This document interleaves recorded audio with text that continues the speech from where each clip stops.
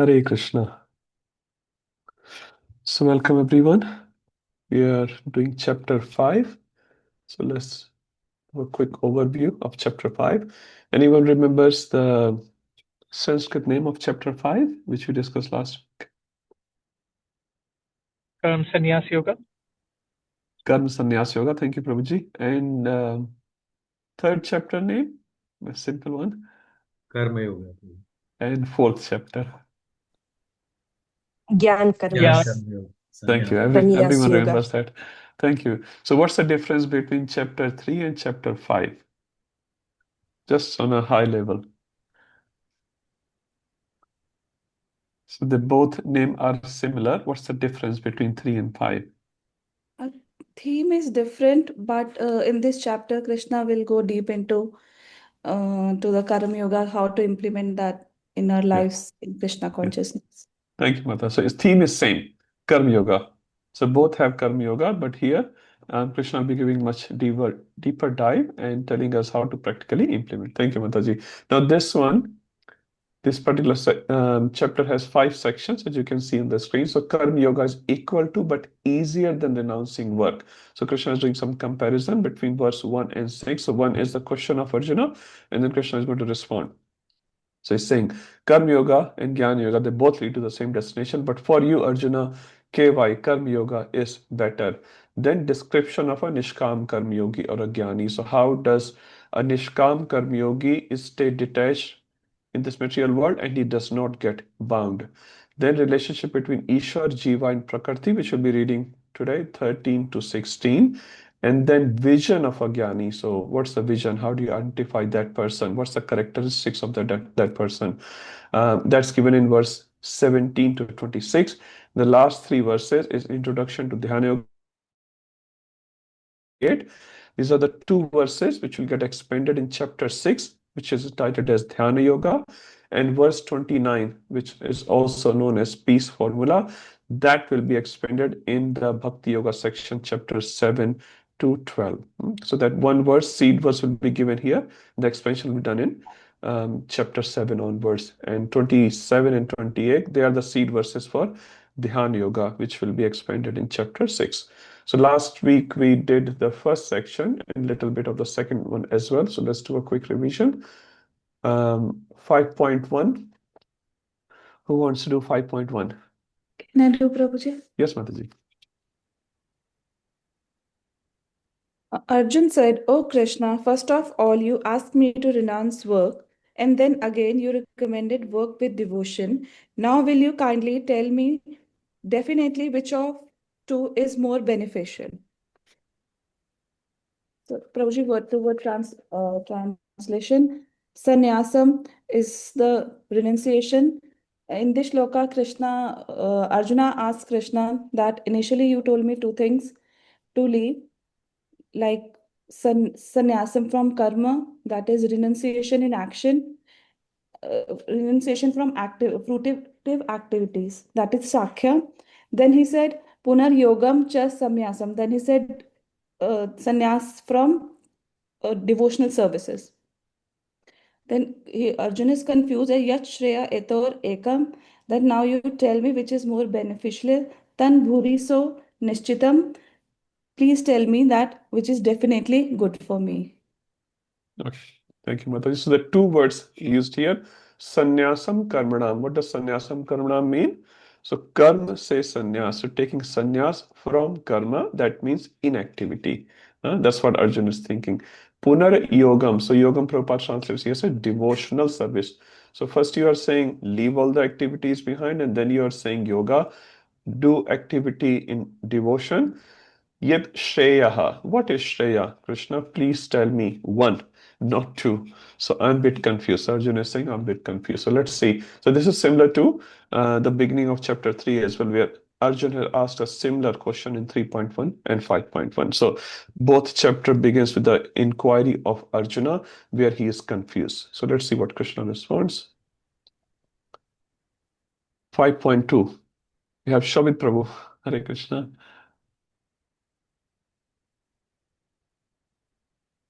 Hare Krishna Prabhu. Hare Krishna Prabhu. Shri Bhagwan Vacha Sannyasam Karma Yogam Shri निःश्रेयस करावुभे तयोस्तु कर्म संन्यास आत्मकर्म योगो विशेषयते. So Bhagwan says the renunciation of work and work in devotion are both good for liberation, but of the two, work in devotion service is better than renunciation of work.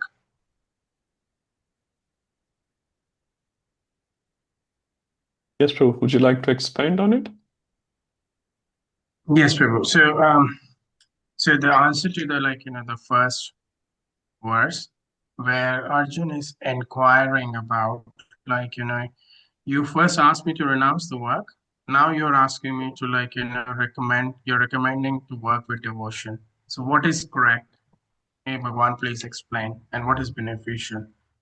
And in the next verse, Bhagwan replies, renunciation of work, like so taking sannyasa karma yogashra, so taking sannyas from work and working in devotion, they are both good for liberation.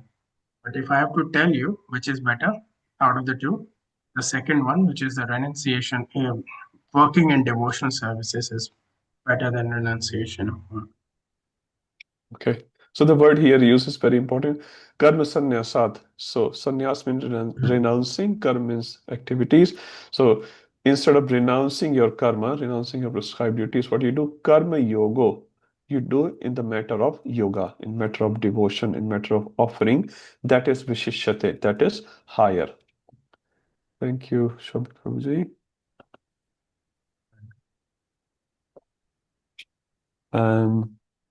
Priyamata, would you like to do the third one?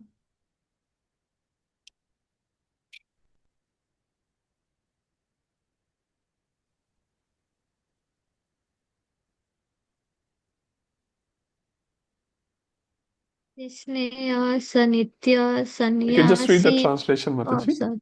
and just pick up some, good One points. who neither hates nor desires the fruits of his activities is known to be always renounced. Such a person, free from all dualities, easily overcomes material bondage and is completely liberated, O mighty arm. So it says that the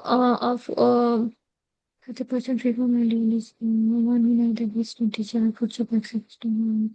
A person who doesn't who doesn't hate, like it just says, like if you are doing your duties and does not desire any food out of fruits out of your activities and just do the activities in name of Krishna, is a renounced person. It says such a person free from all dualities, it is overcome all that, and in doing so it is easy for the person to overcome all the material attachment that we have in our life. Let's pick up some words, Mataji. So, Gyeya means to know. Sa Nitya. Nitya refers to always. So, to Always. know that person, Sa means that. Gyeya, to know. Sannyasi. He's a sannyasi. Who's a true sannyasi? Krishna is giving definition in the next two lines. Na dveshti, as you said correctly. Na dvesh. There's no hatred in that person. Na kankshati. Kanksha means hankering. Desire or hankering for some material gains. So nadveshti, he does not hate. Na kankshati, he does not hanker. Nirdvando, so he does not get upside down when the unfavorable situation comes or favorable situation comes, he becomes very happy. So dvanda, what are the 6 dvandas, Mata? You remember? We discussed this last week as well. What are the 6 dvandas in this material world, which we all face? No exceptions. No matter who you are, where you are. Birth, death. Birth, death, that's not a dvanda. Between birth and death, we face the dvanda. Dvanda is, who can tell? 6 dvandas. Anyone? Sukha, dukha, apman, Thank you. apman. Shitoshna, Yeah. Ushna. So Sita, Ushna, Sukha, Dukha, Man, Apman. These are the 6 dvandas given in Bhagavad Gita. So Nirdvando, he does not get impacted. He Mahabaho. So Yaha Mahabaho obviously refers to Arjuna, but also refers to he is a person who is Mahabaho, not who has Mahan Bahu, who has a lot of 6 and 8 packs. That person is not the big person. The big person is who can tolerate these dvandas, who does not hate with anyone, who does not have hankering for material things. That person is Mahabahu. And then what will be the result if you follow these 3 things? Sukham bandhat pramuchyate. So you will come out of the bondage very, very easily with happiness, actually. You don't have to struggle too much to come out of the bondage. Very happily you will come out. Sukham. With sukha, bandhat means bondage, pramuchyate. So muchyate means to get release, pramuchyate means complete release will happen for that person. Thank you, Priya Mataji. Krishna Prabhuji. Hare Krishna. Sulekha Mataji, would you like to do 5.4? Sure, Hare Krishna. Hare Krishna. Only the ignorant speak of devotional service as being different from the analytical study of the material world. Those who are actually learned say that he who apply himself well to one of these paths achieve the results of both. So here, Sankhya Yoga is what we are talking about. Sankhya Yoga, I mean, those who are the Pandit, they understand that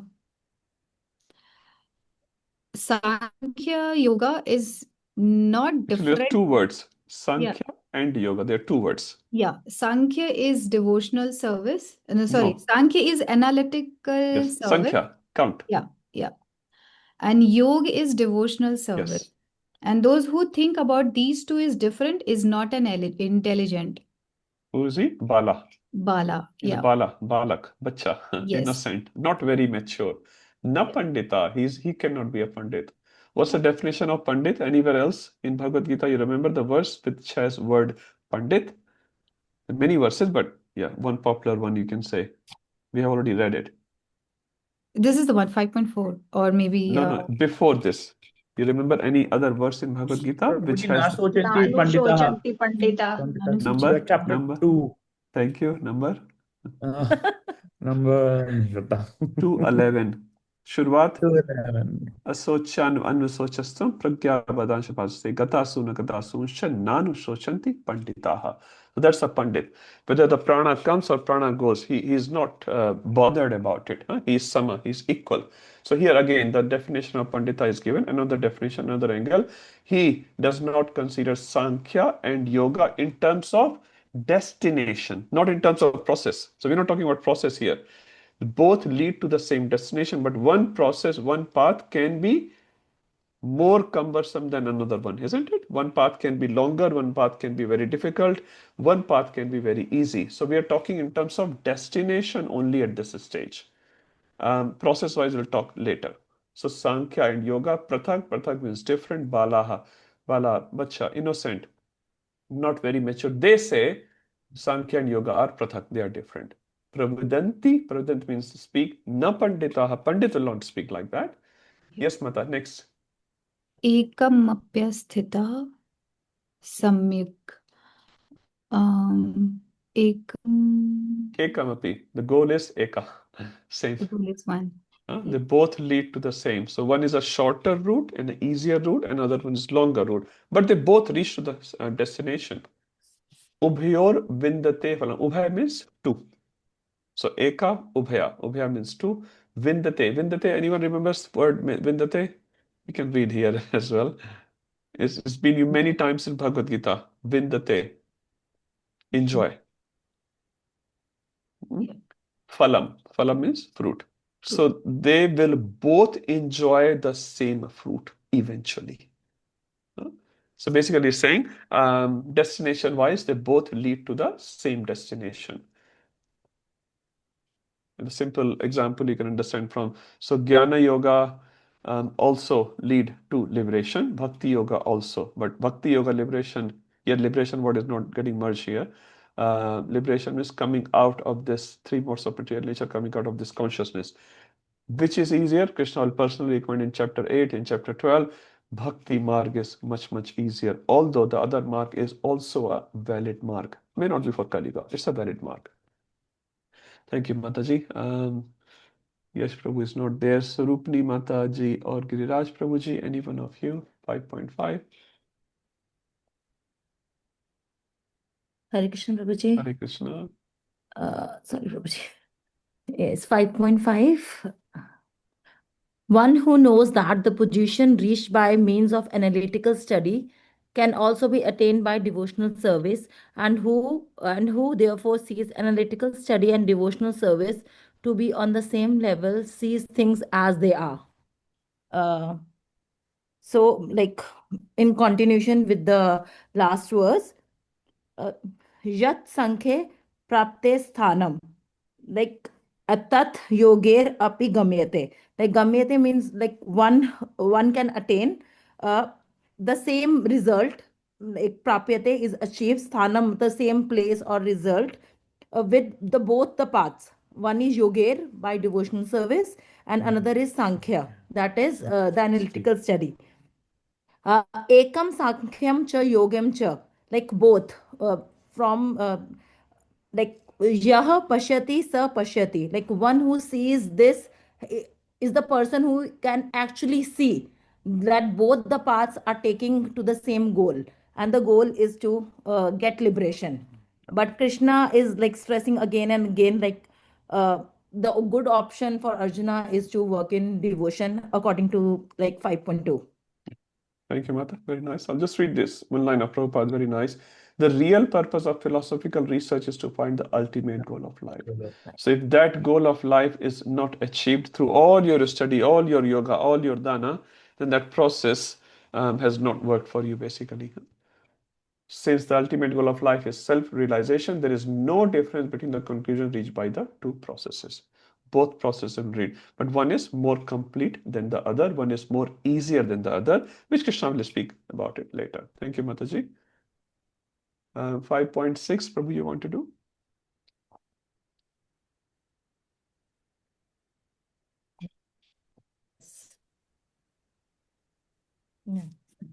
Merely renouncing all activities, yet not engaging in the devotional service of the Lord, cannot make one happy. But a thoughtful person engaged in devotional service can achieve the supreme without delay. So again, Krishna is focusing on saying, if you will work, if you will do renounce work, and you will not be disturbed or dukkha. So from the Sanskrit word here is dukham apitam. So which simply saying that distress afflicts one with. So Krishna is clearly saying in this sloka, Prabhuji, that sanasya, the renounced order of life, one armed one will work, he or she will be, never be in distress. So that is, and it's very. Let's start again. So sannyas has to stick one word at a time. So sannyas means renounce. Read the renounce order. If you just renouncing to Mahabaho, but you only renounce, what you will achieve? Dukkham aptum. Aptum means to receive, to gain, to accumulate. What you will receive just by sannyas? Dukkham. Actually, you will receive dukkham. And the basis of that dukkha is not just sannyas, it's ayogataha. That means you have changed your dress, but you haven't taken the sannyas as yet. So if you just take sannyas without yoga, without connecting yourself with the Supreme, what you will achieve? Dukkham aptum. This will get repeated in 12.5 as well. But on the other hand, yoga yukto, if you are, yukta here refers to well situated in yoga, in devotional service. If you are well situated in devotional service, munir brahma, then you will achieve Brahma. Muni is the person who is well situated. You will achieve Brahma. Na chirenadi gachati. You will achieve Brahman or transcendental position. Achirena. Achirena refers to very, very soon. Very, very soon you will achieve the transcendental position. Very soon. Okay, thank you, Prabhu. Thank you, Prabhuji. Verse 7, Anju Mataji.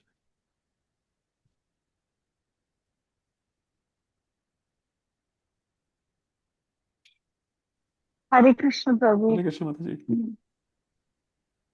One who works in devotion, who is a pure soul, and who controls his mind and senses is dear to everyone, and everyone is dear to him.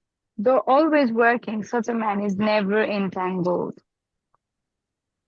So in this verse, it's been trying to say that if we devote ourselves or if we engage ourselves in devotional activities such as chanting, What's the word, reading Mata?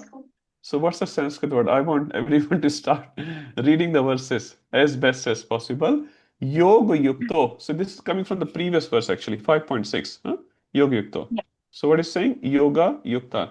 Yukta refers to well situated. You are well situated in yoga means devotional service. What are the symptoms of that? Vishuddha Atma. What does that mean, Mataji? You can read. Pure soul. Pure soul, right? Vijitatma. What does Atma refers to here? So Atma can have multiple meanings. What are the meanings Atma can have? Someone else? Quickly. Atma. The mind. Aage? Atma is us, Prabhuji. Atma. Soul, Soul, Prabhu. mind, more. More. Atma can also refer to this body. Yes. Atma. Atma Deha. Self. Self also it can be referred to. It can have multiple meanings, but based on the context, the meaning will change. So here you see Vijit Atma, Prabhupada writes as self-control, which means you have won over your mind.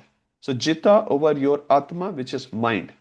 So you have full control, Vijit Atma over your mind. So purified soul, self-control, and Jita Indriyaha. What does Jita Indriya mean? Very simple. Or Jitendriya. One who has control over his senses. Conquered the sense. Indriyo ko jitne wala. Thank you. So he's conquered the senses, conquered the mind, and he's very pure in soul. Next, Sarva Bhutatma Bhutatma. What does this mean? Sarv. He is a well-wisher of all the living entities. Sarva Bhuta Atma Bhutatma. Kurvan api na lipyate. Anjumata, you tell me this one. This is a very simple line. Kurvan api na lipyate. He's not entangled. Yes. So Kurvan means karta hai. He does. Even if he does many activities, not lipyate. He does not get bound. Is it clear? So these are the characteristics given how you will not be bound. So starting from Yoga Yukta, you're well situated, and the characteristics are given. Even if you're doing so many activities, na lipyate, you will not be bound. So these are again the practical tips which Krishna is giving, how by living in the world you will not get bound. So you don't have to go out of the world, you don't have to take sannyas. While living in the world, you will not get bound. It's not the activity which binds. What binds? It's not the activity which binds. What binds? If there's an exam question, fill in the blanks. Yukti Radha Mata, what would be your answer? It's not the activity which binds, dash, The dash, fruit dash, results. binds. Results of that activity. Results of that activity, no. Results we are Attachment to saying. The attachment. attachment, yeah. Attachment, good. I want more, better answer. Attachment to the results, Prabhuji. Attachment to the results. Which binds. Okay, if you go one step back, this is correct answer. This is correct, Indriya. but Senses. no, senses does not bind. A sannyasi also has senses. He has hand, legs, he has eyes. He's using his senses. That's not a problem. The intention of doing that karma. Intention binds. It's the intention behind doing the activity. Sannyasi also eats, he sleeps. Sometimes he will travel. He may go out on book distribution. And a normal person also. So it's not the activity itself which binds. He will also take bath. He will also get sick. He will eat. He will sleep. It's the intention. Why is he sleeping? Why am I sleeping? When brahmacharis are sleeping in ashram, they are sleeping for Krishna. They have to get up early. They have to serve Krishna. Many times they are sleeping. Many times, not all the times. Mode of ignorance. Aaj Sunday hai. Today is a public holiday. Again, it does not apply for everyone, but many times we are in mode of passion or ignorance. So it's the intention behind the activity. What the result will come, that's not in our hand actually at all. That is in the hand of Krishna. So we can't say that. Someone says attachment, which is also correct, but attachment comes through intention. So the root cause, you say, which is binding us, the intention. So why we are all bound, most of us here, we can say, because our intention is to enjoy this material world, enjoy the material body, enjoy the facilities given by Krishna for our sense gratification. That's the intention. But the same thing, if it is directed for Krishna, dovetailed for Krishna, the same activity will not bind you, rather that will liberate you. Chaitanya Charitamrita, famous Atmindriya Priti Vancha Dhare Kam Nam. Atmindriya, when we are doing the same thing for Atmindriya, for sense gratification, our personal sense gratification, Dhare Kam Nam. So that is known as Kam. But Krishna Indriya Priti Acha, Tare Bali Prem. So then when we apply the same things for Krishna Priti, then that becomes a Prem for that Jiva. Okay, thank you. Let's do 8 and 9. There are two verses. Okay, so big one goes to big one. Amrit Prabhu. Sushant Prabhu, I'll get back to you. Hare Krishna Prabhu. Hare Krishna. He can handle. A person in the divine consciousness, although engaged in seeing, hearing, touching, smelling, eating, moving about, sleeping, and breathing, always knows within himself that he actually does nothing at all. Because while speaking, evacuating, receiving, opening, or closing his eyes, he always knows that only the material senses are engaged with their objects and that he is aloof from them. Naiva kinchit karomiti, which means never kinchit, so never anything that he does. Yukto manyate tattvavit, one who is a tattvavit, who is engaged in divine consciousness, that person, although Pashyan, seeing, Shravan, hearing, Sparshan, touching, Jigran means smelling, Ashnan, eating, Gachan, by going, Sorry, Ashnan is Swapan, eating. Did you say that? yes, Ashnan is eating, I said. Yes. Thank you. Sorry, Prabhuji.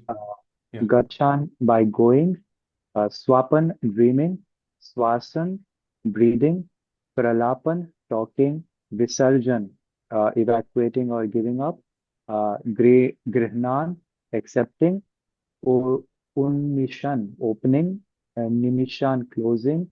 All these, in spite of all this, he sees that the Indriya are engaged in Indriya Artheshu, sense gratification, that is the sense objects, and Vartante iti dharayan. And he sees that he is aloof from them and they are just getting engaged as they are supposed to be. Very Yeah. nice. Thank you, Prabhuji.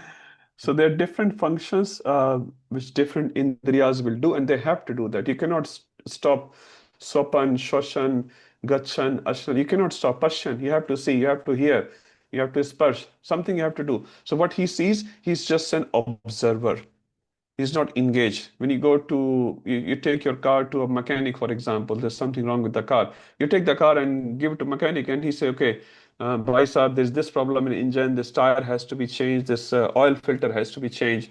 You say, okay, you do whatever you need to do. So oil filter has a particular function in the car, and if that's not working properly, the mechanic will change it. Tires will get changed, for example. Many things in the car can change, but you are not the car. You'll not say, how can you change my oil filter? No, that has to be changed, that has to be changed. Tire needs to be changed, something needs to be repaired. So you see yourself very, very different from the car. Similarly, a jnani, a tattvavid, in this particular verse says, tattvavid knows exactly, he is completely aloof from the body. Now, it's not easy because we are so much integrated in this material world, but a tattvavid, a true knower, will see all these activities of the body, and he will do these activities because he is just has to do this just to maintain his body and soul together. But he thinks, I'm still separate. I'm just a driver of this car. Car needs some maintenance. I'll do the maintenance. It will cost me money. That's fine. It will cost my time. That's fine. But I'm still the separate. I'm a person. Some scratches comes on car. It doesn't mean that scratch comes on my body. It's just on my car. So he's just an observer. And if you stay like that, you are a true Nishkam Karm Yogi. Then you can stay aloof, you will not be bound. Thank you, Amrit Prabhuji. Let's go to 5.10, where we're going to start today's discussion. Shashank Prabhu, would you like to read?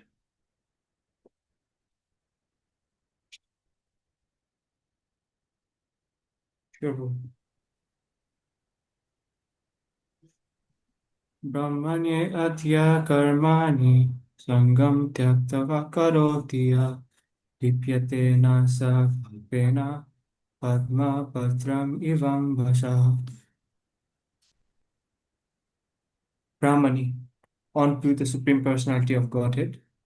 Atya, resignings. You can just read the translation, Prabhuji. Okay. One who performs his duty without attachment, surrendering the results onto the Supreme Personality of Godhead, is unaffected by sinful actions, as the lotus leaf is untouched by water. Thank you, Prabhu. So this is a very, very nice verse. It tells practically same thought patterns are going on in all these verses. So he is acting as an observer from the previous verse, we know. And he is doing the activities Brahmani Adhaya. So Brahman here refers to Supreme Personality of Godhead, as Prabhupada is writing here. Is Adhaya, he is offering, resigning, handing over.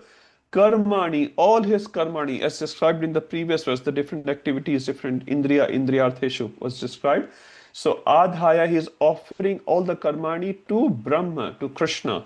Now we know this fact, being in Krishna consciousness for a while, that everything we offer to Krishna. We do not do anything, we do not initiate anything, we do not do anything separate from Krishna. We offer all our activities. And what is the result of that? Then we are not bound. In 9th chapter, Yad Karoshi, Yad Ashnasi, Yad Jehosi, we have this famous verse. So whatever you eat, whatever you accept, whatever you give away, whatever tapasya you do that as an offering to me. So Krishna is saying that personally. So Brahmani Adhaya, he is offering all the activities to Brahman or to Supreme Personality of Godhead or Krishna. And while doing that, Sangam Tyaktva. This is very, very a repeated word. Why it's being repeated again and again? Because this is so much engraved in our mind. If I'm doing the karma, I have to enjoy the result. But Krishna is saying again and again, repeatedly, Sangam Tyaktva. The result is Tyaktva. You have to give up. Karoti yaha, one who does like that. Lipyate na sa refers to the person. Na lipyate, he is not bound. Papena is not bound with the papa. Although some papa may happen while doing those activities, but he is not bound. And the very simple analogy Krishna is giving in the last line, beautiful analogy, Padma Patram Ivam Bhasa. So Ambasa refers to the water, the reservoir of water where the Kamal is growing, the Padma is growing, the lotus is growing. Padma Patra, anyone has sees the lotus leaf? I'm sure you would have all seen in India or in Australia as well. If you put a drop of water, what will happen to the drop of water, Shobit Prabhu, on the leaf of a lotus? Prabhu, it will slip off. It will slip off quickly. The leaf lives in the water but does not get attached to the water. It's a very nice example. So someone was giving a similar analogy when sannyasi, he was saying, if boat is in the water, that's fine. No problem. Boat is in the water, that's fine. But if water is in the boat, is that okay, Amrit Prabhu? Water is in the boat. Yeah, I'm It's good. counting when I drown. You're just waiting when the boat will drown and all the passengers on the boat will also drown. So you are in the material world. Is that okay, Amrit Prabhu? Well, Well, okay, can be different answers. Okay, right now we have to accept, right? We can't yeah, deny that fact. How, when it happened and all the different story. But we are here, that's fine. But the material world should not come inside us, right? So we are in the material world right now, and we can utilize the facilities given by Krishna in a proper way. But if the material world comes inside, the water comes inside boat, that's not good. So we have to be very cautious here. So we are in the material world. We can't jump out. Can we jump out? There's something like that. Okay, I don't like material world. Okay, jump out. No, you can't do that. You have to be here. But yeah, you can make the best use of the bad bargain. That's what they say. Prabhupada said that.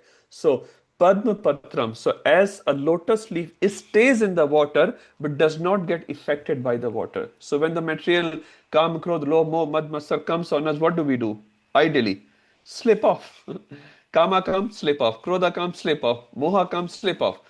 But if it stays on us, then we get impacted. When Kam comes, we react as that.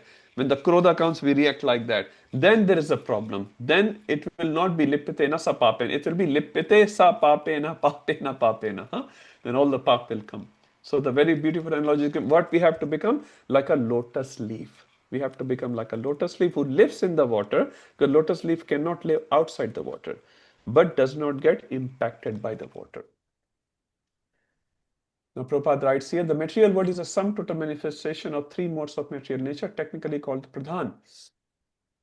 I just want to read one line of Prabhupada here.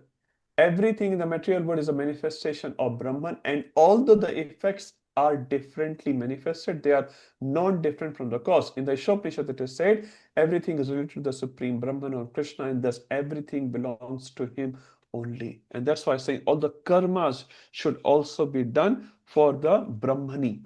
Brahmani here refers to the Supreme. Okay, let's go to 5:11. This is very nice verse. Tunga Vidya Mataji, would you like to do?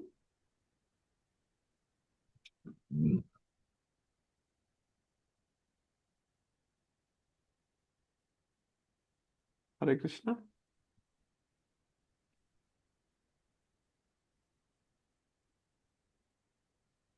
Okay. Maybe Rajesh May I from? do, Prabhuji? Okay, yeah, please, Mataji.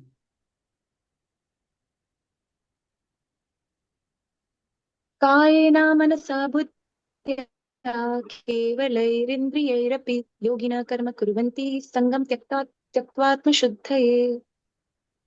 The yogis abandoning attachment act with body, mind, intelligence, and even with the senses, only for the purpose of purification. Thank you, Thank you. Mataji. So I just put 5:10 here. So 5:10 is saying Brahmani adhai karmani sangam tyakta karotiya. So this is how you should work. Now 5:11 says if you work like this, what will be the result? Because again, we are looking for a result. We are very result conscious. At least in the condition said. So kayen manasa buddhya. Very, very simple. Kaya refers to the body, manasa refers to the mind, buddhi refers to intelligence. Kevalayar indriyayar appear even just with the senses. If you do the karma, Yogina karma kurvanti. Yogi will do the karma. That's not a problem. But why yogi is doing the karma? With the kaya, with the manasa, with the buddhi, and with the senses. Why is he doing karma? Sangam tyakta, which is again a repeated concept. Atma shuddhaye. So this is a very important word. Why yogis are doing work? Because they want to get purified. So you can say, why even have to perform any duties? Why have to enter into a brahmachari ashram or a grihastha ashram or a sannyas ashram? Why? Because I'm not going to enjoy the result. So Krishna is saying Atma Shuddhaya, because at the moment we are not Shuddha. Most of us, we are not Shuddha, we are not purified. So you have to become purified. How do you make yourself purified? It's saying when you perform all the activities offered to Brahmani, and Tyaktva, Sangam Tyaktva, you give up the results to the Brahmani as well. And Yogina karma kurvanti. Karma here refers to prescribed duties. Keep performing your prescribed duties. You cannot come out of it. So for Arjuna, what does it mean? You perform your duty as a Kshatriya. You have a dharma. You perform your dharma. Then Arjuna is saying, but I'm not going to enjoy it. That's not the point. You should still perform your duties. Why? Atma Shuddhaya. Purification is the goal. So initially when we come to Krishna consciousness, we do many services, and we are told why we are doing the service for the pleasure of the Lord. And with the pleasure of the Lord, what comes as a side product is our purification. And when we are purified, as we get more purified, we can please the Lord more and more. And as the Lord gets pleased, we get purified more. It's like a cycle. So whatever services we perform based on our abilities, capacities, whatever we perform, what service brings us? Purification, which is very important. So it says when we read Bhagavad Gita, we are glorifying Krishna. Does Krishna needs the glorification? Not really. Krishna doesn't need our glorification. But what happens when we read the Bhagavad Gita? Our purification happens. So we are doing all these sevas, whatever little we are doing, it is for Atma Shuddhaya. And how we performing the seva, that's also very important. So Krishna is saying, you can perform through kaya, through your body. You can perform through your mind. You doesn't have much money, but you still want to perform seva to Radha Gopinath. What do? You can do Manas Seva. It's written in NOD and other Puranas as well. And there are stories behind it. But the point is, even if you don't have any facilities, external facilities, you can still perform the best seva in your mind, and Krishna will accept it. I'm sure everyone remembers that Brahman in Prastanpur was serving, was very, very poor, very, very poor. In one class, he heard from another Brahman that you can serve Krishna in your mind, and he became very happy. He came home, and in his mind, he started preparing. He went to the market, he bought the best vegetables. He came home, he's washing the vegetables, he's cutting the vegetables, he's making, 56 different types of bhoga offering for Krishna, and he is offering to Krishna. And that he started doing every single day, and he will get absorbed in these thoughts for hours and hours. And it became almost a reality for him. One day, when he made a sweet rice for Krishna and he was offering, so sweet rice, when it's too hot, you can't take. Sometimes we put too hot things in the bhoga plate. As much as possible, we should not do that, because Krishna is a person. If you can't eat, how can Krishna eat? Sometimes we take it out from the cooker straight away, it goes to altar. That should not happen as best as possible, because Krishna cannot eat. And then you'll take it out in 5 minutes. If you eat, your mouth will get burned. So why not Krishna or Laddu Gopal? Anyway, so this Brahman was very, very careful in his offering. So although he was going to offer that bhoga to Narayan, but he thought, no, I think the kheer is too hot. That kheer is not suitable for Krishna. Let me check the temperature of kheer. Can Lord have this kheer? So he put his finger. Now, where this all is happening? Not in North Sydney, not in Mahapur, in Vrindavan. Amrit Prabhu is saying, in his mind. But while also it's happening in his mind, it's a subtle thing, subtle offering, everything is subtle, on the subtle level. But when he put his finger in the sweet rice, because he was so engrossed, his finger got physically burned. And Narayan in the Vaikuntha Loka started smiling. Lakshmi Devi saying, why are you smiling? And Narayan said, look at down. This Brahman, he's offering everything in his mind. And he's so engrossed in my seva that he put his finger and his finger got burned. And then his samadhi broke because finger got burned. And his samadhi broke. He came out of the samadhi. He's like, oh, what happened? His finger was burning. And Narayan sent the Viman straight away. You are eligible. You are eligible. So we don't have to get many, many facilities in the material world. We say, oh, काश हमारे पास भी पैसे होते, हम भी ठाकुर जी का बड़ा dress लेके आते. You don't need money. You don't need money. Or you may have money, but you still not use it for Thakur ji. But all you need is a big heart. That I want to offer everything to Krishna, even if you have zero money, zero health. His Holiness Radhanath Maharaj says this line very nicely. He says, our devotional life is not resource dependent, it is desire dependent. If you desire, you can serve Krishna. All you need is just desire. But you may have a lot of resources. If you have no desire, you will not serve Krishna. For Thakur is only Ilaichi Dana, and for us is Palak Paneer. So, with the Ilaichi Dana, you can please Thakurji, and with the Palak Paneer also, you may not be able to please Thakurji. It says, Prabhupada says, it's not what you offer, it is what you hold back. So it's not how much we are offering, your $1,000, $10,000, even $1 million. That doesn't please Krishna. How much you're holding back? How much you're holding back? If you remember the story of Mahatma Buddha, one day he declared, I will accept from all the villagers something. So everyone was coming and offering him, someone offering rupees, someone offering gold, someone offering this and that. And Mahatma Buddha was just sitting and just looking at everyone. He was just giving Ashirwad. In the same mudra, he was just sitting. But one lady came and she offered half-eaten apple. Half-eaten apple. And she offered. Mahatma Buddha came from his seat, and then he did Dandavat Pranam to this old mother. And all the disciples were surprised. All these big, big people are offering such a big riches to you. And this Buddha offered this a half-eaten apple, and you are coming down from your asana for this Buddha? Mahatma Buddha said, whatever others have offered, this is not even 1% of their possessions. But this old lady, she was eating apple. When she heard Mahatma Buddha is accepting, she ran from her house and she offered everything what she had. She offered everything. So it's not half-eaten apple or a quarter apple. It's how much you had. She offered everything. She doesn't have anything else. She could have said, "Mere paas to kuch hai nahi. I don't have anything. What can I offer to Mahatma Buddha?" No, Mahatma Buddha said, "This is all she had. She offered it." So I'm so pleased with her seva. So it's not the magnitude of the seva which will please Gopinath. it is the attitude of the seva. So we should not bother about magnitude. आज मैंने 12 घंटा सेवा किया. Very nice. You should do 12 hours seva. But it's the attitude. How did you perform the seva? You know what? I made all the garlands. You see on the Radha Rani, for Chota Radha Gopinath or Big Radha Gopinath, for the Parampara. It was me who made all these beautiful garlands. Look at Gopinath, how beautiful he's looking, because who's serving today? Who has served today? Me. Everyone should know it's me, and me.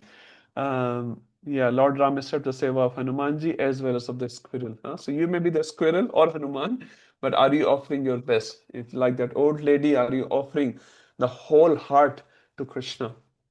So, Kayan Manasa Buddhya, you being endowed with some intelligence and you use your intelligence to serve Krishna. And the last line actually is very important for sadhakas.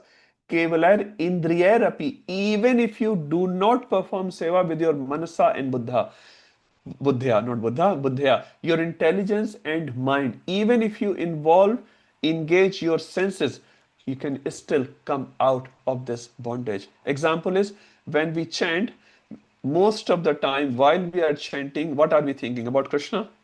Except we are a temple brahmachari or something. They're all very elevated Vaishnavas. So what are we thinking while we are chanting? Rajesh Prabhu, you are fully focused. He's a Kevala Bhakta. No. Okay, you're getting there, almost. So mostly what are we thinking while chanting? You don't have to tell me exact details of it. Anything other than Krishna, isn't it? Anything other than Krishna, all the thoughts will go from the past, for the future, for today's, what we have to plan, what we are cooking today, what we are eating today, what we're going to wear at work today, and we are getting late for work. All these thoughts comes. So other than Krishna, everything comes in the mind, especially when you are chanting, unless you're a purified soul.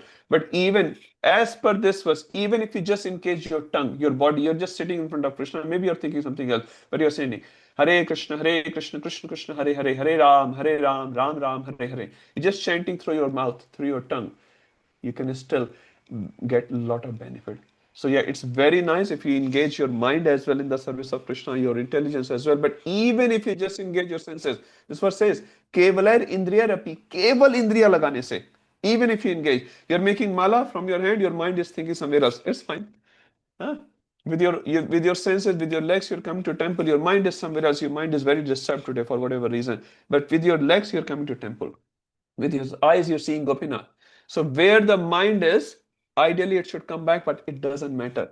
I think it was one of the saint from Maharashtra. It was Namadev or Tukaram. I can't remember. But some person said, while we chant the Lord's name, mind runs a lot. So Tukaram said, let the mind run. Why are you running behind the mind? Let the mind run. Let the mind go wherever mind goes. You should not go behind the mind. You should just stay with the holy name. You should stay with the holy name. So mind will go. This is the nature of mind. Don't worry too much about the mind. I think one of the titles Chaitanya Charan Prabhu says, don't mind your mind. Something like that. He comes up with the beautiful titles. So mind will do whatever it's doing, and eventually when mind is a little bit under control, then it will listen. It will listen. And we'll read about more about mind in chapter 6. But the point is, even if you engage your senses, Atma Shuddhaya, purification is happening. So very, very important. So many times we say, Man nahi lagta. Chalega. Chalega. Tan ko lagana hai. Just put your kaya, whatever senses, intelligence Krishna has given, put there in the service of Krishna, and slowly man will also come. Okay, let's move forward. 512. Where are we? Okay, Shashank. Rajesh Prabhu, would you like to do 512? Sure. युक्तकर्म फलं त्यक्त्वा शान्तिम् आप्नोति नैष्ठिकीम् अयुक्त कर्मकारेण Kamkarena. Yukta? काम Ayukta Kamkarena. अयुक्त कामकारेण फले सक्तो निबध्यते.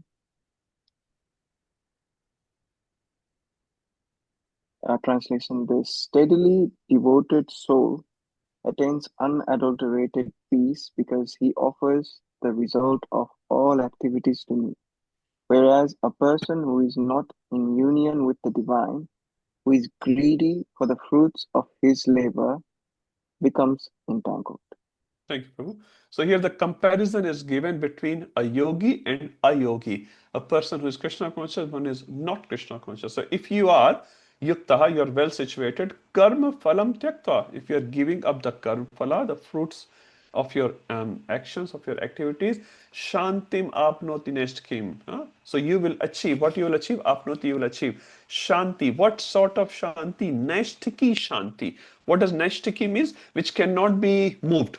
We have Neshtaki Bhakti, Neshtaki Shanti. So many times Shanti comes.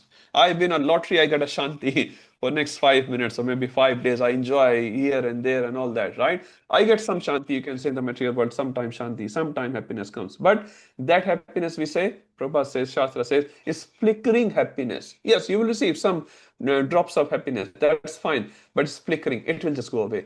But Naishtik Shanti means a Shanti which cannot be taken away from you.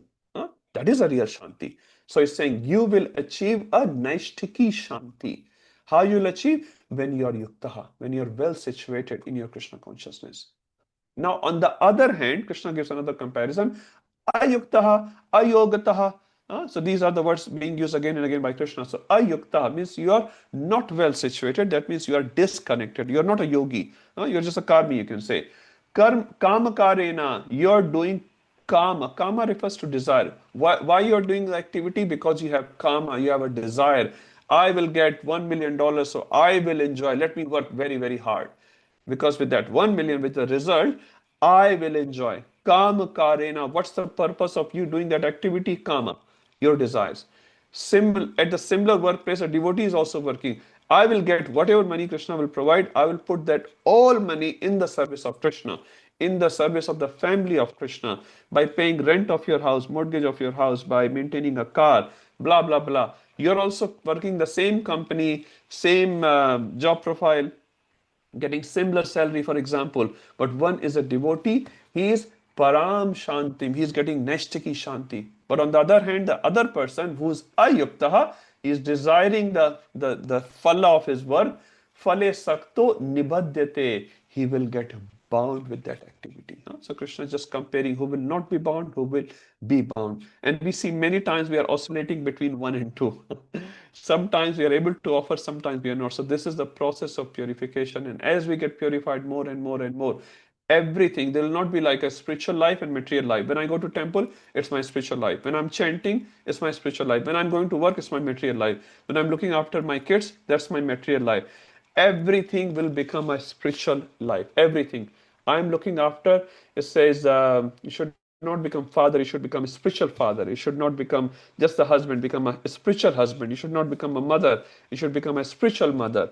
So everything is spiritualized. So even when you're looking after your kids, your family, you're doing cleaning of your house, you're shopping veggies for your house, even those activities are included in your spiritual life. And in one day, Radhanath Maharaj says, there will be no more material life. There will be no more material life. Because for a devotee, there's nothing material. There's nothing material. Everything, everywhere he sees Krishna and he sees service opportunity for Krishna. So this is very, very important distinction between a yogi and a yogi. I'll just read one line of Prabhupada purport, very nice. The difference between a person in Krishna consciousness and a person in body consciousness is that the former is attached to Krishna, whereas latter is attached to the results of his activities. One line Prabhupada explains everything. The first one, devotee is attached to Krishna. He wants to please Krishna, whether it's money, whether it's position, whether it's ability, whatever capacities he may have. Whereas the latter, the other, the karmi, is results of activity. Mujhe kya milega? What I am going to get out of this work. So that's the distinction. So we have to move our journey from number 2 to number 1, and then we'll get Nashtaki Shanti. Now, Nashtaki Shanti does not mean external Shanti. This is the Shanti of heart. You're always with Krishna. Prabhupada was always with Krishna. That's why externally he was doing so many activities, so much engagement, but internally he was complete shant. He will still sit down with his harmonium and will play nicely for the pleasure of the Lord. Externally, so much is going on. We can't even take 1% of those anxieties and stay calm. Prabhupada was completely calm. You'll go in front of him, Prabhupada, can you sign a check? He'll just look at the check. He will find his pen, he will put his hand in the pocket or in his bag, he will take the pen out and then he'll open the lid and then he'll sign nicely. It's completely cool and calm. We are like, our mind is constantly working, doing multitasking, isn't it? While even you're in the class, many of you are doing multitasking right now, or at least thinking about doing multiple things. So that's not called Param Shanti or Naistiki Shanti. So if you want to get Naistiki Shanti, be with Krishna always. Okay, 513. Who is next? Kajal Mata. Sridhar Srinivas Prabhuji, would you like to do 530? सर्वकर्माणि मानसा सन्या सन्यासस्यस्ते सुखं वसि नवद्वारे पुरे देहि नैवा कुर्वाण कारयान्. When the embodied living being control his nature and mentally renounced all the actions, he resides happily in the city of nine gates, the material body, neither working nor causing work to be done. Thank you, Prabhuji. So sarva karmani of all the karma, manasa sannyas sukham vasi. So while he is doing karma from his mind, so externally he is doing activity. Everyone has to do activity. Arjun is also doing activity. We have to go to work and deliver our whatever the deadlines are. We have to do all that. But manasa sannyas in his mind, he is giving up all the results to the Supreme Personality of Godhead. So it's all within the mind what we are doing. It's not what outside we are doing. Mata is cooking, father is going to work. All those activities are going on. So you cannot say, okay, I'm a Krishna conscious person, I'll not do activity. No. Manasa sannyas. If you do manasa sannyas, man se sannyas lena hai, not body wise, then you become lazy. Sukham vashi. That person is sukhi. That person is very, very happy. And then he describes further, Navadware pure dehi. So what does dehi mean? Anyone remembers another verse, famous verse in Bhagavad Gita? Very, very famous verse. Thank Thank you, Prabhuji. Number? 213. Thank you so much. So Dehi, that Dehi is living in a Pura. Pura refers to, we have Nagpur, we have Kanpur. So Pura is like a village, where lots of people are there. So we are Dehi, we here Atma Dehi, living in a Pura, in a Nagar, in a city, which this city is Navdware. This city has 9 gates. Anyone knows what the 9 gates are? Ram Santosh Prabhuji? You know the 9 gates of the city? You know? No, bro. I don't know. Eyes. You don't know? That's fine. Your father is telling? Yeah, eyes. Okay, so how many eyes you have, Ram Santosh Prabhuji? 2. 2 eyes, right? So from these eyes, you can say it's like a gate, because the internals can interact with external. Any other gates you have in your head, Prabhuji? Think about it. Is gates like something that you can interact? Yeah. So except eyes, do you have any other gate in your head, Prabhu? Yes. Ears. Ears, right? Is nose. Some nostrils. How many you're counting, Prabhuji? 2, 2, 2. How many you have? Yeah, 6. 6. Anything else? Is mouth. Mouth, so some things can go inside and then that can cause a damage as well, but when we eat nicely, it's fine. And sometimes some cough also comes out from inside, so that's a gate, going in and out. So how many gates you have, Prabhu, in your head? 7. 7. Now 2 more gates we have down. So okay. One for urine and one for stool. So we all have, all of the humans, you can say all of the jivas, all the jivas, humans have 9 gates, right? So this Dehi, this Atma is living where? In the city of 9 gates. Is that okay, Ram Santosh Prabhu? Yes, so we all have 9 gates. Any exceptions? If there's an exception, you're not normal. So everyone lives there. So never korre na kare. Now, if you want to live, Ram Santosh Prabhu, sukhi, happily in the city of 9 gates, what you have to do? Suppose you are the president of this country and lot of immigrants are coming in this country. What do we do? What does the president do? The first thing, close the borders. Lots of war going on at the moment, Middle East, and this and that. What are they doing? My border, your border. You cannot come into my border because I have this identification, you have that identification, this and that. So if we want to live in the city of 9 gates, what's the first thing we have to do? Aditya Prabhu, control what is going in, what is going out, isn't it? You cannot let anything come from anywhere and go in your mouth. You can't do that. It has to be a proper thing. For example, like some prasadam has to go inside. You cannot just say anything, any garbage will go in your mouth. So what goes in, you control, right? And what goes out also you control. You cannot speak foul language, for example. You cannot speak dirty things. Lot of natural dirt comes out. That's a different story, but our words can be pure, words can be sweet. So what goes in and what goes out? A yogi controls all the 9 gates. You understand my point? So if you control what you see, what you don't see, some things should be seen, some things should not be seen. Something should be smelled. If you bring alcohol or some meat or something, you start feeling like vomiting. Something should be heard, something should not be heard.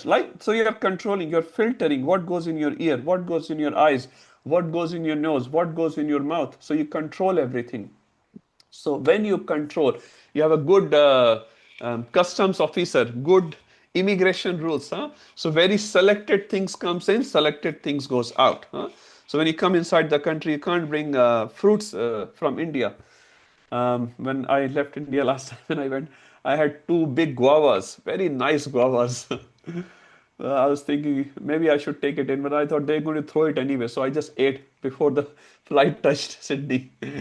Because I'm not allowed to bring that particular object in this country. This country has particular rules. So similarly, a yogi, a devotee, has certain rules. And if you do that properly, what happens? You are sukhi. You are happy.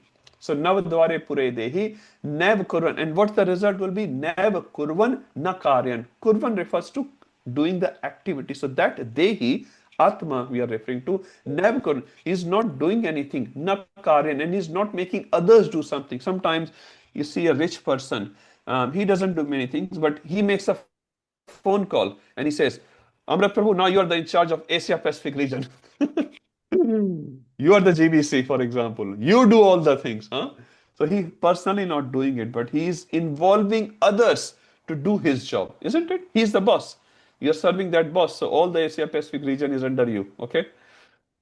So Amrit Prabhu, after all the book distribution in Asia Pacific region. Okay, so you understand? Na kurvan, he doesn't do and he does not make others do the activity because Dehi, Atma has nothing to do with the activities of this material world. Anyone remembers that famous verse where it says, the Atma doesn't do much, it is done by Prakriti. Number in the verse. Come on, Jaldi. प्रकृति क्रियामनानि गुणैः कर्माणि सर्वशः अहंकार विमूढात्मा कर्ता इति मन्यते. Thank you. Number 327. Thank you, Sanjay Vyas Prabhu. He knows all the verses on the tip of his tongue. Very nice, huh? So, Nav Kurvan Nakaryan. Now, Prabhupada gives another example from Shweta Shutar Upanishad 3.18. I'm talking about the same thing. Nabdware Pure Dehi Hanso Lelayate Bahi. Okay, let's move to 5.14. Who's next? Keshav Prabhu, if you like to read 5.14. Yes, Prabhu.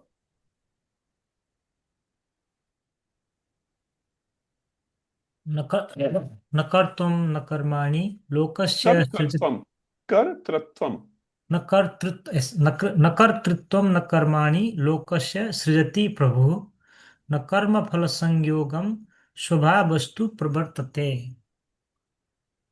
The embodied spirit, master of the the embodied spirit, master of the city of his body, does not create activities, nor does he induce people to act, nor does he create the fruits of action. All this is enacted by the modes of material nature. Thank you, Prabhuji. So again, similar thoughts, we are going from the Dehi perspective. Now here, you see in the second line, the word Prabhu is used. So now Prabhu can also be used for the Lord, Supreme Lord, or Prabhu can also be used for the Jiva. Now why Prabhupada translated this Prabhu word here, if you see the translation here, the master of the city of the body. Who is that master? Now you can say there are two masters, but now here we are referring to Dehi. We're not referring to the super soul here, as Prabhupada writes here. So Dehi, the possessor of that body, which is the Dehi, Atma. So that Atma, we just continuing the previous thoughts, na kartratvam, proprietorship. So does not create activities. Similar thought patterns from the previous verse. Na karmani, he does not do any activity, he does not make others do the activity. Lokas srijati Prabhu, this Dehi. Na karma phal sanyogam, and he does not even create the karma phala. When you do the activity, who creates the karma phala? Ram Santosh Prabhu goes to uni, he writes an assignment, he does exam. Who creates the karma phala, Ram Santosh Prabhu, for that assignment for you? Teacher, right? You have any control over your karma phala there? I just have to write it correctly. You just have to write. So doing the assignment, that is his duty, that his karma, prescribed duty. But giving the karma phala, that is someone else's duty. So na karma phal sa yogam, so living entity. So many times when the result comes, you say, yeah, maine kiya hai. I have done it. I am so great. I won the World Cup. I have created, I don't know, these $1,000 million businesses. I've created this empire. And I. But many times when we fail, then we don't say I. We say, Bhagwan kya kar rahe? Supreme Lord, what are you doing? So when the success comes, we take the credit. When the failure comes, we start looking up. Because I cannot be wrong. I have to be correct. We have so much ego. But actually, it's saying, na karma phal sanyogam. Living entity does not produce the karma phala. If living entity could produce the karma phala, anyone will be dukhi in this material world? Because everyone will produce what sort of phala? Sukh phala. Because everyone want to be sukhi. So if I was in full control of producing my karma phala, will I be ever unhappy? Anyone? You understand my question? Aditya Prabhu, will I be ever unhappy if I could control my karma phala? Then Prabhu, you will be happy then, right? I will be always happy because I will always make sure I get the happy ending. And whoever I don't like, they all get bad. Because I am the control, and that's called Ishwar Bhav. That's called Ishwar Bhav.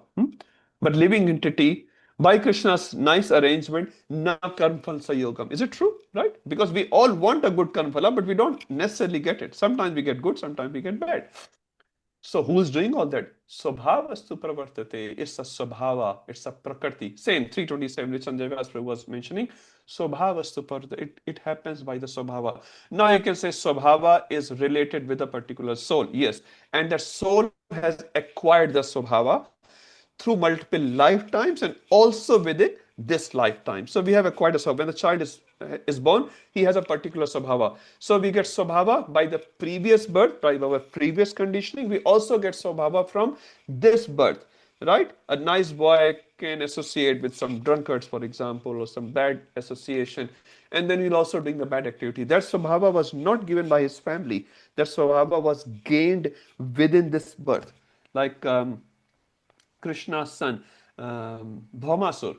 He became Asur. He's Krishna's son, actually. He's the son of Varahadev and Bhumi Devi. He became Bhaumasur or Narakasur. Krishna had to kill him himself because of the bad association with Jarasandha and Shishupal. He became so bad.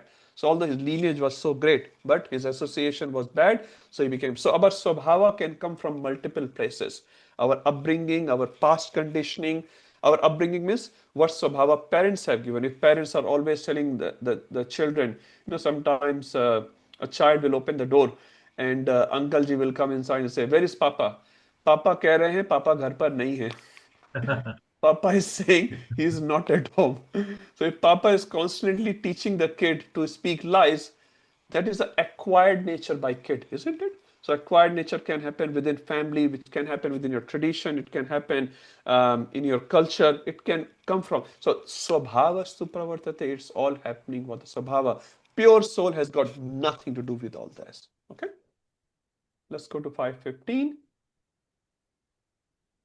This is very nice. 515. Who wants to? Meera Mataji.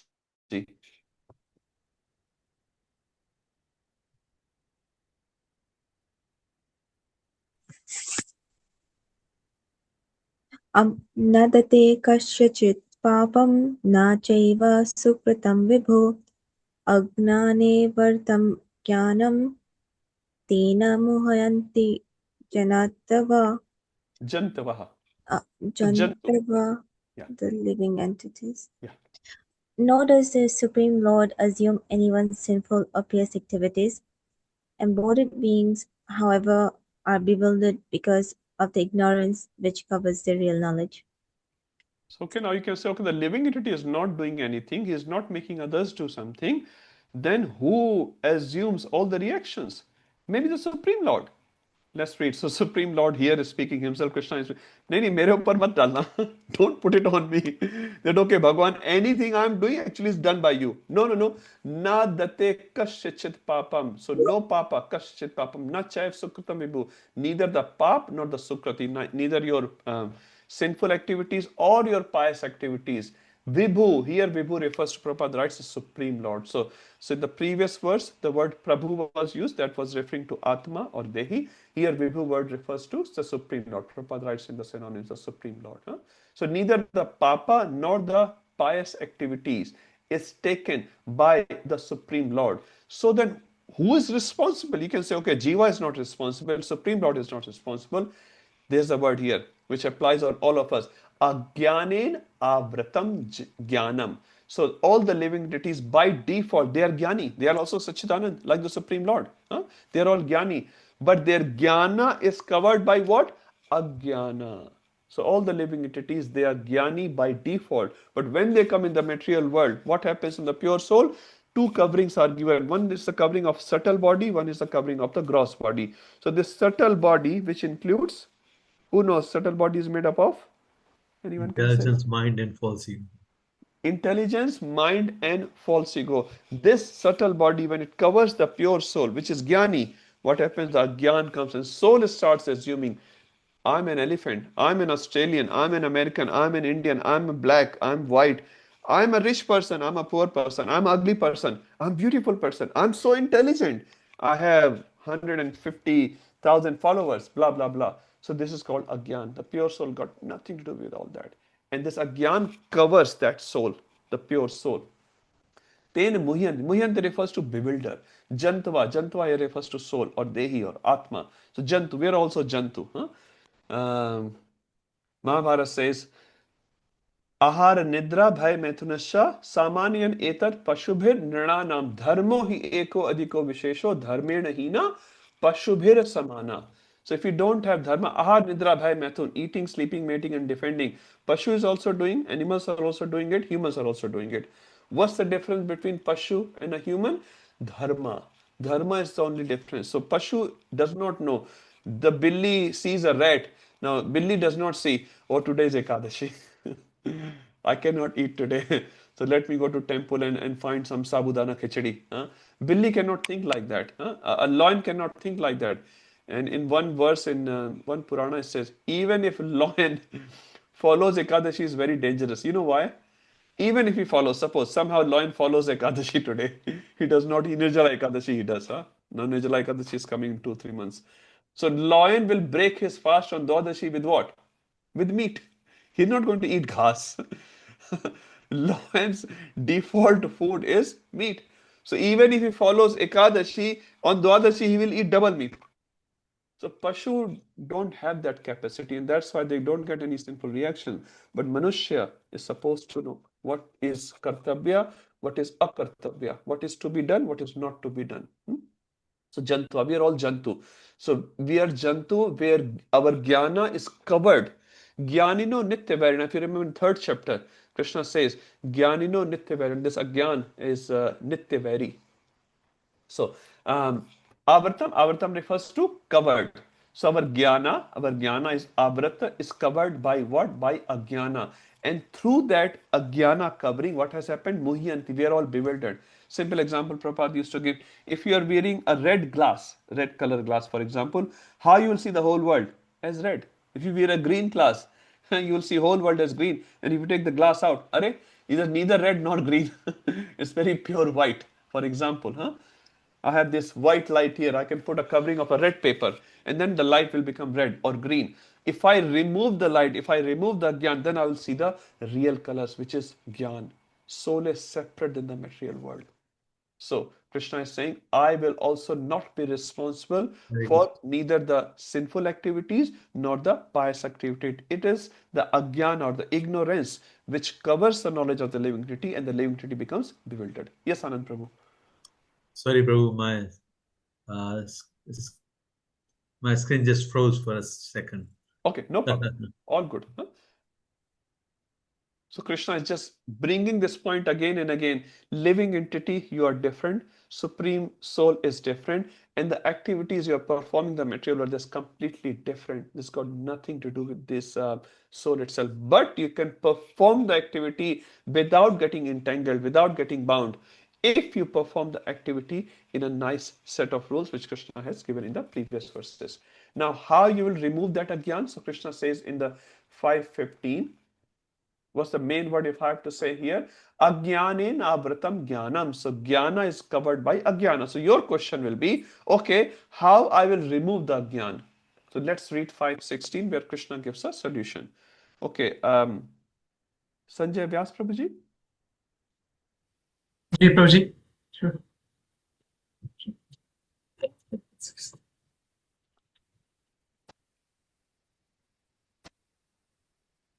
ज्ञानेन तु तत् अज्ञानं येषां नाशितम् आत्मनः तेषाम् आदित्यवज्ञानं प्रकाश्यते तत्परम्. When, however, one is enlightened with the knowledge by which nescience is destroyed, then his knowledge reveals everything as the sun lights up everything in the daytime. Thank you, Prabhuji. So jnanena tu tad ajnanam yesham nashitam atmanaha. So here atmanaha refers to the living entity Dehi. So which we are talking in all these verses, we are talking Dehi, Dehi, Dehi or Atma. So this Atma, what this Atma is covered by ajnanam. So now nashitam, you have to do nash, you have to do destruction of this ajnan. What will destroy this ajnan? Suppose you have a covering again, similar thing. A red paper covering on my white light. What will destroy this red paper? That will be your default question so that I can see the world as it is. Jnana. This jnana refers to the transcendental knowledge. And what does transcendental knowledge here refers to? Now, transcendental knowledge can have multiple constitutes to it. So when we say about Atmagyan, sometimes you'll see Atmagyan translated as the knowledge of soul. Sometimes Atmagyan is also referred to knowledge of soul and the knowledge of super soul. Sometimes it will be defined as knowledge of soul, knowledge of super soul, and the relationship between soul and super soul, which comes down to Jivera Sarup Hoy Krishnir Nitya Das. This one line defines all three aspects. So here you're saying you have Agyan on the Atma. If you want to remove this Agyan, what you have to bring in? If you have darkness in your room, suppose you enter into a room, this time is 8:27 p.m. in Sydney, it's quite dark. If I enter into my room and the room is completely dark, what should I do to bring the light? Anand Prabhu. Switch on the light. Switch on the light. It's as simple as that. Huh? You enter into a room is dark because of the night. So what do? You switch on the light. What is that light? Krishna explains in the next line. Tesham aditya vajnanam. Now Krishna gives an analogy first. Aditya. Anyone knows the meaning of Aditya and the root of this word? Sun. Aditya. Okay, can you divide this word? Aditya. Who's called Aditya? Sun, definitely. One who's coming from Aditi Mata. Aditi. So Aditi, all the sons of Aditi is known as actually Aditya from one sense. And all the son of Diti known as Daitya. So Daitya, and who's the father? One father, Kashyap Rishi. Kashyap Rishi has 17 wives, but two are the prominent wives, Diti and Aditi. So Aditi is the mother of all the demigods. So from Aditi comes Aditya. So Aditya is the first son of Aditi, and all the sons also known as Aditya, Surya, because they are in light, they are not in darkness like Daityas. But particularly Aditya also known as sun. So Aditya, Tesham Aditya Jagyanam Prakashyati. When Aditya comes, when Surya comes, what happens? Prakasha. So when the sun comes, the darkness cannot stay. So sun here is compared with the knowledge. When the transcendental knowledge comes, Ajnana or darkness cannot stay in your life. When the real Gyan comes. Divya Gyan Hriday Prakashito. When Divya Gyan comes into our heart, what happens? We start seeing the things as they are in reality. Otherwise, we see Agyan. Agyan means I'm the body. Ishwaro Aham, Aham Bhogi. So I am the Ishvara and I am the Bhokta. But Krishna consciousness tells who is the Bhokta? Bhoktaram Yaktapsam Sarva Lok Maheshwaram. Krishna is the Bhokta. I am not the Bhokta. So when Aditya comes, Prakash comes. When the knowledge comes, this Agyana will go away. So there's a verse in Chaitanya Charitamrita. Krishna Surya Sam Maya hai Andhikar, Jahan Krishna Tahan Nahi Maya Andhikar. So Prabhupada also quotes that into the top of BTG. So for many, many years that was a picture there. Now the picture has changed, but the line is still there. So Krishna Surya Sam, Krishna is like Surya. Maya hai Andhikar, Maya is like Andhikar or darkness. Jahan Krishna, wherever the Krishna is there, Tahan Nahi Maya Adhikar. Maya cannot stay there. So if we want to get away from Maya, what we have to do? Embrace Krishna.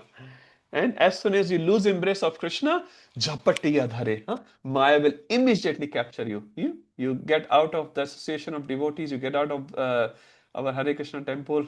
As soon as you come out, Maya will attack. Sometimes in your mind, sometimes in your eyes, in so many ways. Maya has 100,000 ways to capture you. And what you have to do? Hare Krishna, Krishna Krishna, Hare Hare, Hare Ram, Ram. Start chanting loudly. Or start serving Krishna, start thinking about some Krishna seva in your mind. Then Maya does not get hold of you. As soon as you come out of Krishna or Krishna Nam, Krishna seva, Maya is very strong. Then Devi Heshai Gunmai Mama Maya Duratya, very strong. Then you cannot come out unless you take shelter of Krishna. So the analogy given here in this verse is, as the sun comes and the darkness is removed, similarly when the Divya Gyan, transcendental knowledge comes to the living entity, Atmanam or Dehi or Atma, then what happens? Nashinam Agyanam, that Agyan is destroyed. Okay. Now from 17 onwards, I'll just go to the MIHG guide for a second. This is the series of verses 17 to 26, which is the 10 verses, is giving the vision of that. What are the characteristics of the Jnani? How you will identify that Jnani? So we just read this section, relationship between Ishwar, Jiva and Prakriti. Now we are going to read the vision of Jnani, 17 to 26.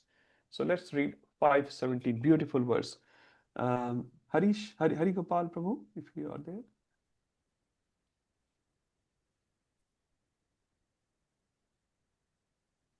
Yes, Prabhuji. Hare Krishna. Would you like to read 5:17? Hare Krishna. Hare Krishna. Yes, Prabhu. Prabhu, what on the screen? Yeah.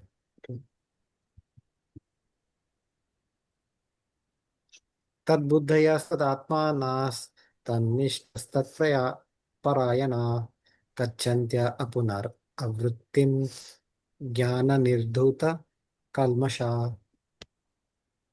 When one's intelligence, mind, faith, and refuge are all fixed in the Supreme, then one becomes fully cleansed of misgivings through complete knowledge and thus proceeds straight on the path of liberation. Thank you, Prabhuji. Anyone remembers verse 4.9? Simple one. Everyone knows that. 4.9. Aditya Prabhu, 4.9? No?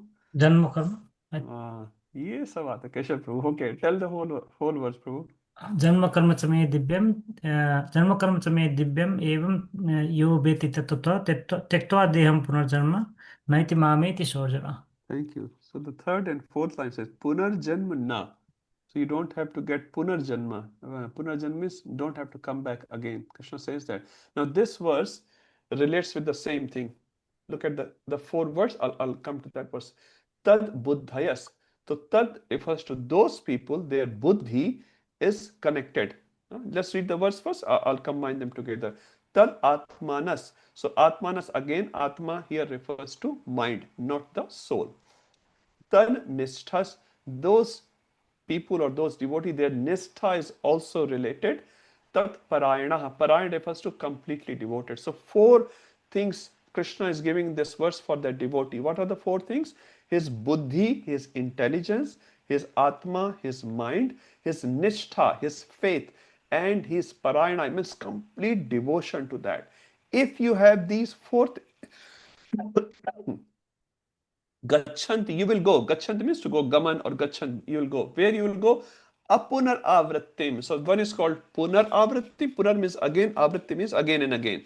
So generally a soul comes back again and again in this material world. That is called punaravritti. And apunaravritti means you will not come back to the cycle of birth and death. So you will go, where you will go? Where apunaravrittim, that means you will go back to Godhead. Gyan nirdhut kalmasha. Again, the glory of Gyan is given here. Gyan, this Gyan, what this Gyan will do? Kalmasha refers to contamination. Kali kalma nashanaha. So, Kali Santarana Upanishad.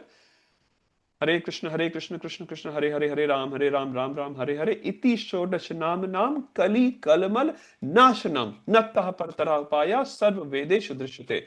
What this verse says, this is a conversation between Brahmaji and Narad Muni, where Narad Muni is asking Brahmaji, can you please tell me, you are the most learned person in this whole universe, can you please tell me in this Kali Yuga, what will remove the contamination of the jivas the fastest? So, Brahmaji is speaking, I'm not speaking this verse, Kali Santan Upanishad, you can say. So, Brahmaji gives the Hare Krishna Mahamantra and say, Iti Shodash Nam, this 16 word Mahamantra, Iti Shodash, Shodash means 16. Iti Shodas Nam Kali Kal Mal Nashanam. So Mal refers to Gandagi, contamination. Kali Kal Mal. So Kali refers to Kali Yuga Kalmal. There are many contaminations in everyone's heart. Kali Kalmal Nashanam. This 16 word Mahamantra will destroy the kalmash of every single living entity. Nattah Parataraha Upaya. Paratara means better. Upaya means solution. Brahmaji speaking, because Brahmaji has a lot of intelligence, his whole body is made of intelligence. He's saying, Nattah Paratara Upaya. I have not seen better solution than this. Sarva Vedeshu Drishyate. I've seen all the Vedas. Now, when I make this statement, don't believe me. I don't even know the name of the books. But when Brahmaji speaks, you can believe. Brahmaji is saying, Sarva Vedeshu Drishyate. Amrit Prabhu, you believe Brahmaji? These words of Brahmaji? Sarva Vedeshu Drishyate. So Brahmaji has seen. Seen means I've analyzed all the Vedas. And what's the solution, Amrit Prabhu? Brahmaji speaking. Nattah Partaraha Upaya. There is no better Upaya than Iti Shodash Nam. And what it will do? Kali Kalmal Nashanam. So Kalmash refers to what? Contamination. What does contamination mean, Amrit Prabhu? When we fall Anger, down. lust, greed. Yes, all our Anger, lust. anarthas. Thank you, Prabhuji. Yeah. They are called mala. They are called contamination, which reside in every single living entity's heart, every single conditioned living entity's heart. So, so what Gyan will do? Nirdhut. Nirdhut means clean. It will clean. In Srimad Bhagavatam, Krishna says, Vidhnoti suhrat satam. Suhrat, Satam refers to devotee. Suhrat means one is very well-wisher of the Satam. What Krishna does, he goes in the heart and what Vidhunoti. Dhona means washing. And Vidhunoti means complete washing away. So Krishna comes in the heart of the devotee and what it does? Vidhunoti. It cleanses everything away. So this jnana, transcendent knowledge, comes in your heart. What it does? Gyan nirdhut kalmasha. It will wash away all your kalmashas. Whatever kalmashas you may have. It doesn't matter. This jnana is very powerful.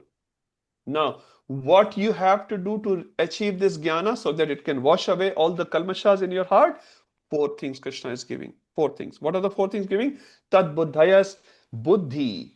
Buddhi has to be in Krishna consciousness. Now, we have lot of buddhis, but where do we put our buddhis mostly? Aditya Prabhu, where do you put your buddhi? No, you're a devotee kid. Generally speaking, where does people put their buddhi in? Their intelligence in? Like work or school or For sense maintaining body. gratification. Yeah. Sense gratification. Is it simple word, right? Yeah. They put their buddhi, how I can enjoy more, how my family can enjoy more, how my nation can enjoy more. They put all the buddhis there. So your buddhi should be where? For Krishna. Tad Atmanas mind. Nandini Mata, where does our mind go? Default. Not your mind, I'm talking the conditioned soul's mind. She's also a devotee kid. Where does the conditioned soul mind goes, Mataji? Default.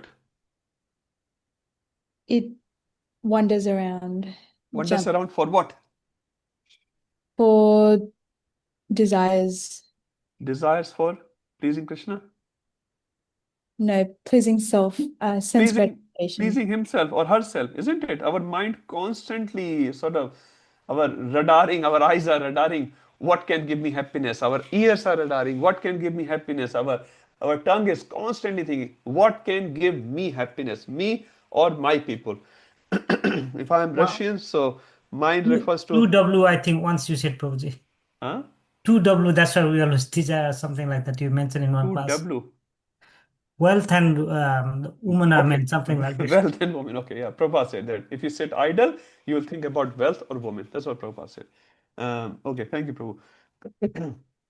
So generally, our mind is doing two jobs. Anyone knows what the two jobs mind does? Sankalpa and Vikalpa. Sankalpa means chahiye, Vikalpa means nahi chahiye. And then it gets the consultancy from the buddhi. Suppose they are all contaminated. Then buddhi says, ye chahiye, I need this. Why? Because in the past when I had this, it was very nice. In the past, I had, suppose, pizza.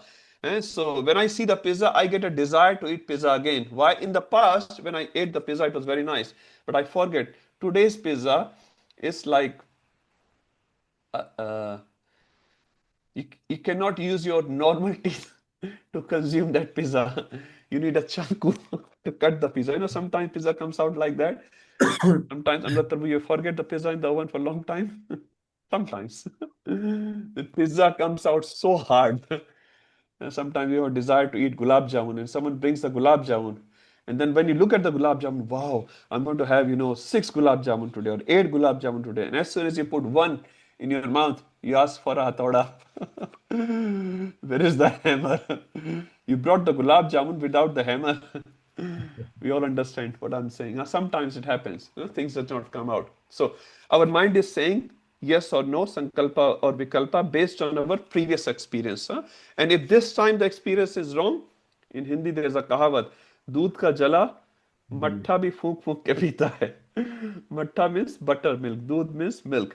So if you get burned by a hot milk, next time when you see matta, a buttermilk, which is never hot, you will feel, oh my God, it is also dangerous. So let me sip it very, very slowly, very, very carefully. So the point which I'm trying to make, mind does sankalpa and vikalpa based on our previous happiness or distressfulness.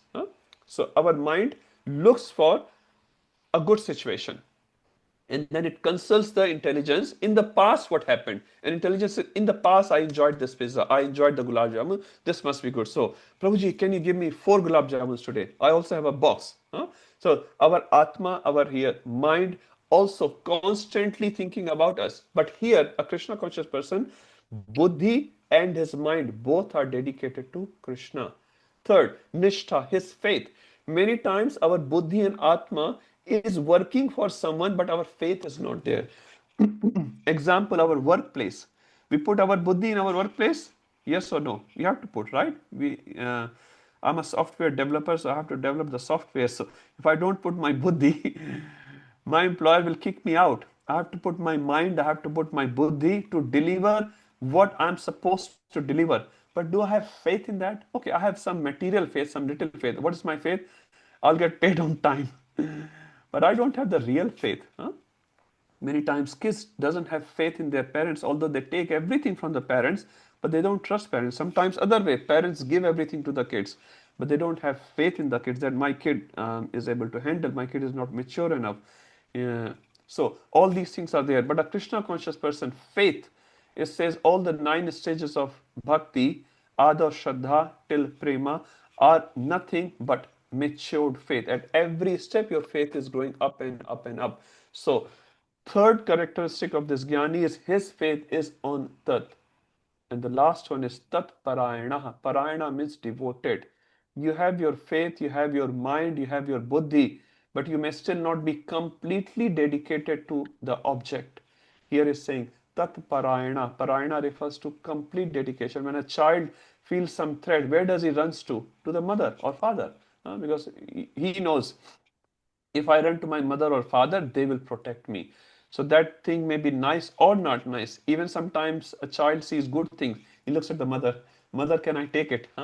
Because mother will decide whether that thing is good or not good. So similarly, a devotee is always tat parayanaha, is always dedicated to the Supreme.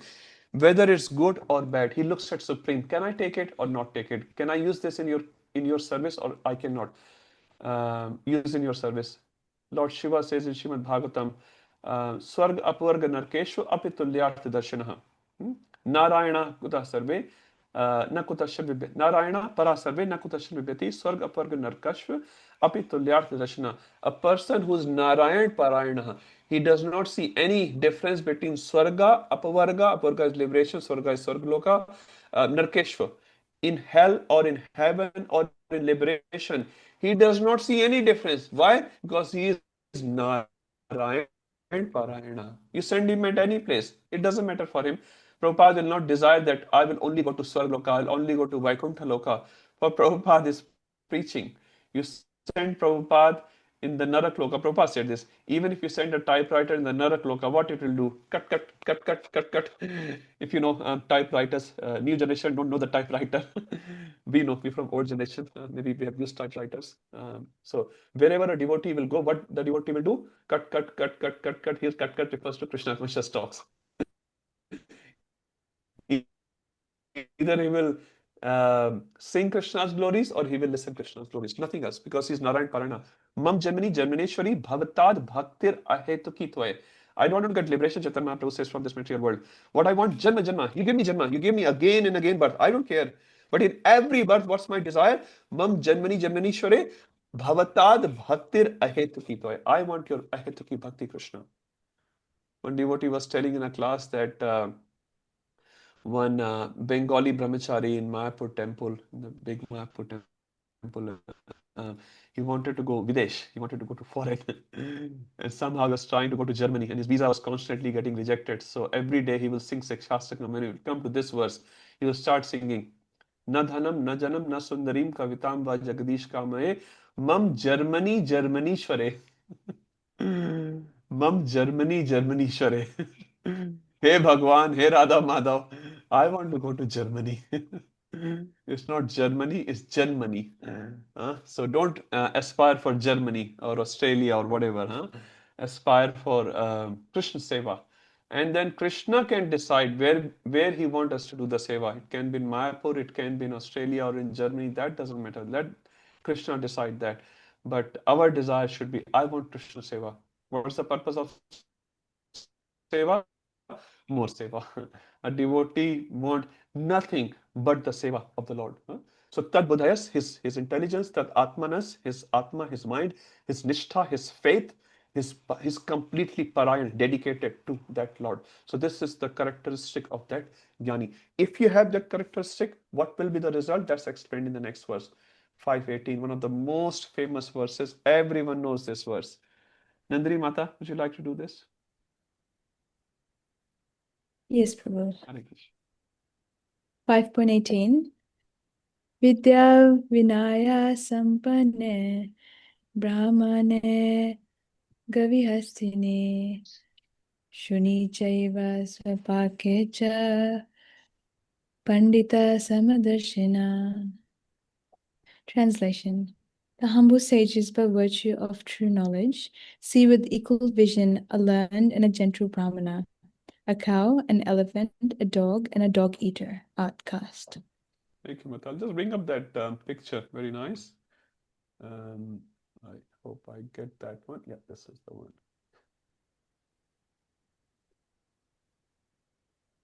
I'm sure every one of you would have seen this picture. A beautiful picture here, you can say. So, okay, let's read the verse. I'll come to the picture in a sec. So, Vidya Vinaya Sampanne Brahmane Gavi Hastini Shuni Chai Shapakecha Pandita Samdarshana. So, the person which we have discussed in the previous verse, which has 4 characteristics. What are the 4 characteristics? Who can say? You can read the verse, no problem. Aditya Prabhu, what are the 4 characteristics of that person? So, Prabhu, it is Vinaya, gentleness. No, in the previous verse, Prabhuji. Oh. I'm just trying to relate verse. first. What are the Okay. 4 characteristics? So the first characteristic, I'm just reading the verse. Was the those whose buddhi is connected first. Yes, buddhi. Then Second, buddhi, and then the next one was was man. mind. Yep. Mind, and then the next one was the last one was complete devotion. And the third is nishtha. And the third was Nishtha nishtha, is faith. These four things. Now we're talking about the same person, so please, it's just a continuation of thoughts. So you want to know what are the characteristics of that person. So Krishna is just giving different definitions here. So he's saying Panditaha Samadarshina. That person is a Pandit and he is Samadarshi. Samadarshi refers to what, Aditya Prabhu? Samdarshi is he Darshi darshan means matlab darshan. matlab Dikhna. looking, and And then sama sam means means equal. equal. So he has an equal vision.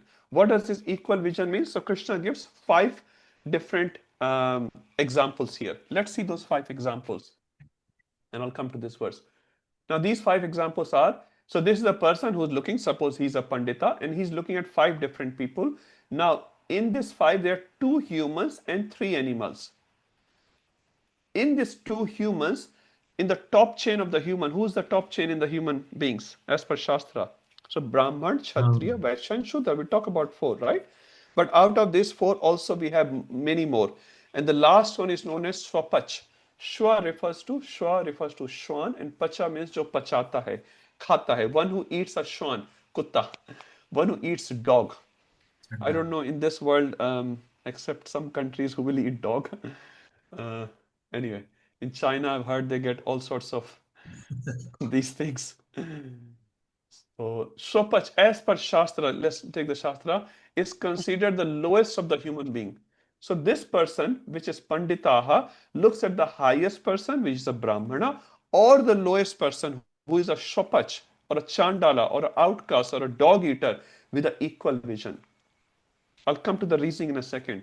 Even when he's not looking at the humans, he's looking at animals. So let's look at 3 examples which Krishna is giving for the animals. Now in animals also, generally animals is considered in mode of passion, but within that passion, there are some animals considered in mode of goodness. So you can say passion, goodness. Some considered are in passion, some are considered passion, ignorance. So let's see these 3 examples. Cow is generally considered an animal in mode of goodness. Now this is not human goodness, this is passion goodness. So within animal categories in passion, within passion is goodness. Now a dog is considered, a hathi, let's come to hathi. Hathi is considered in passion and a dog is considered in ignorance. So even in animal kingdom, Krishna has picked up one example for each mode. So mode of goodness, mode of passion, and mode of ignorance. But whether the animal is in mode of goodness or in ignorance or in passion, this Pandita is looking even the animals, non-humans, with the same vision. So whether it's a human, topmost human, the bottommost human, the topmost animal, or the bottommost animal, all of them gets looked equally by this Pandit. Why does he look at equally? Because he sees 2 presence in each body. What are the 2 presence? There's Atma and there's Paramatma. Body is just a covering, whether it's Chandala's body or a Brahman's body. One time, Shankaracharya ji was next to Ganges, was walking from one ghat to another ghat, and he saw a Chandal. So he said to this Chandal, "Get out of my way." Huh? So this Chandal was very intelligent. This actually Chandal was Lord Shiva, who was testing Shankaracharya, was teaching Shankaracharya. Now Shankaracharya, as you know, is an extension of Lord Shiva. So when he said, Chandal, get out, so this Chandal responded to Shankaracharya, whom are you asking to get out? If you're talking body to get out, my body and your body is made up of the same elements, isn't it? Panchatattva, Panchamahabhut is making my body and your body. If you're asking my soul to get out, my soul and your soul is also made up of the same thing. Both are Brahma. So whom are you asking to get out? When Shankaracharya heard this from this Chandala, he became Dandavat Pradasam to this Chandala and he said, who are you? You cannot be a Chandala. So Lord Shiva appeared there. Huh? And he said, I was just trying to teach you because you are distinguishing. That means your knowledge is not complete. You're seeing this person as a Chandal, this person is Brahman. Then Shankaracharya realized, huh? So that's very, very important. We also see the presence of soul and super soul in all the bodies, regardless what sort of covering they have. Now you'll say, Aditya Prabhu, okay, that's fine. I'll start looking same. Now if I look at the body of a lion, for example, and the body of a cow, they both are same. So what I'll do, I'll go and hug the cow. Prema Bhakti Mata will not be very happy with you. When you say, Prabhu, Mata, I've heard that in the class, Vidya Vinay Sampanne Brahmanika Vihasani. So what Prema Bhakti Mata will say? Hang on a second, you have not understood the verse completely. So equal vision does not result to equal reciprocation. When we see a tiger, Surupi Kalini Mataji, what you will feel? Scared. Huh? Scared. Bhago, Very, very scared. scared, Bhago, escape. When you see a cow, okay, most of the cows are nice, some cows are not so nice. You can Nice, go and yes. pat the cow, you can even hug the cow. You can't do that with the lion. You can't do that. Now, I cannot come up with the conclusion, but they both have the same soul, same super soul. So what's the answer here?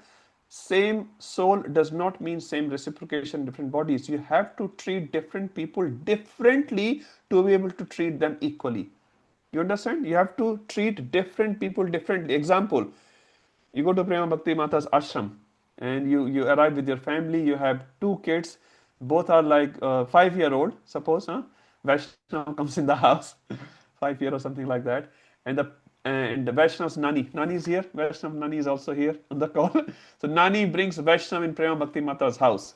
Now, Nani has a particular diet, Vaishnav has a particular diet. Prema Bhakti Mata will not give ice cream to Nani ji. I'm not sure Nani ji likes ice cream or not ice cream.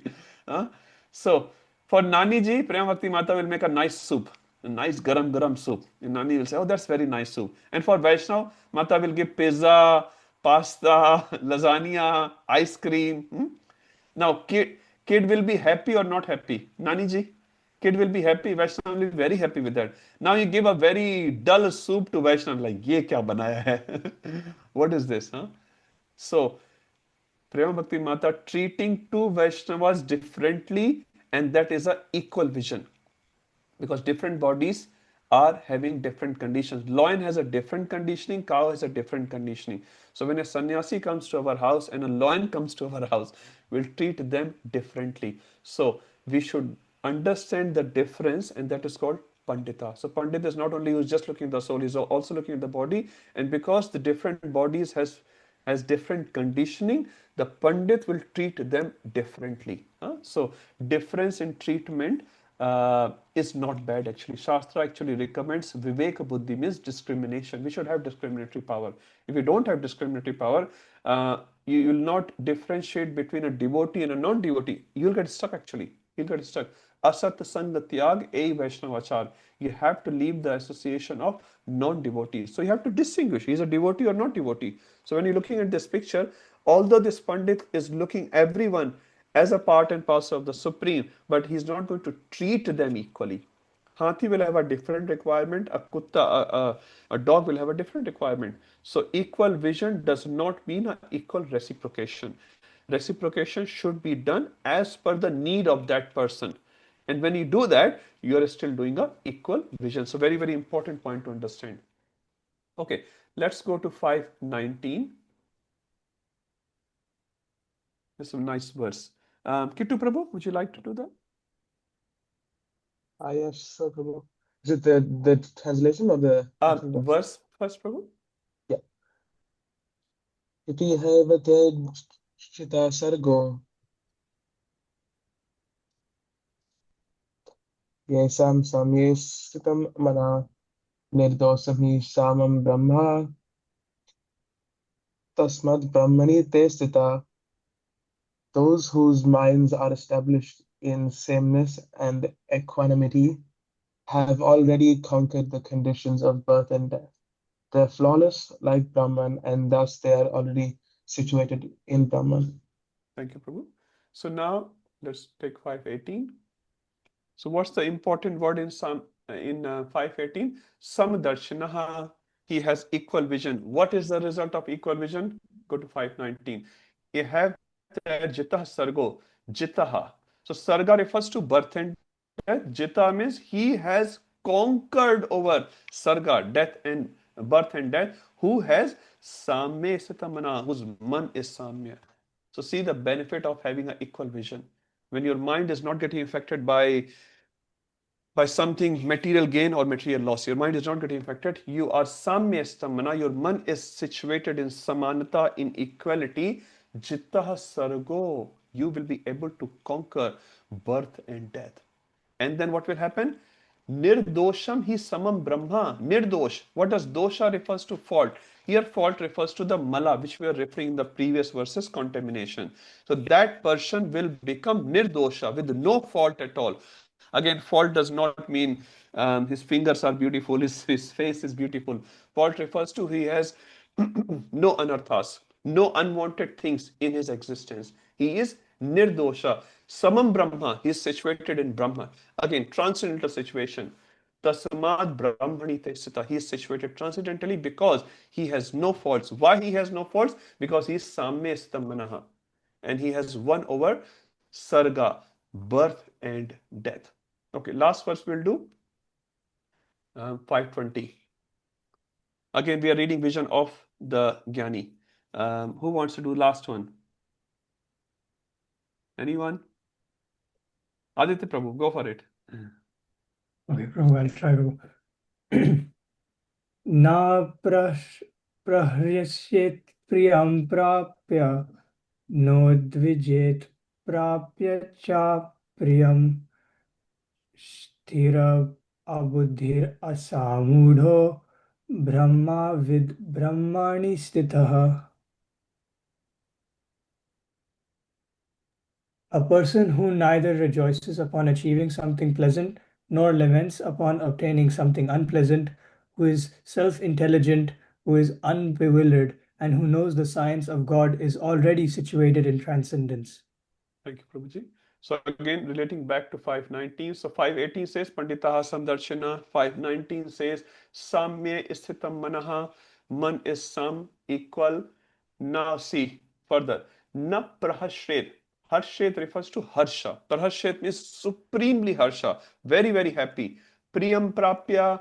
When Priyam Prapya happens, when you get something, Prapya means to achieve. Priyam means you like something. Kitu Prabhu, you win a match, international match, for example, huh? You'll be happy?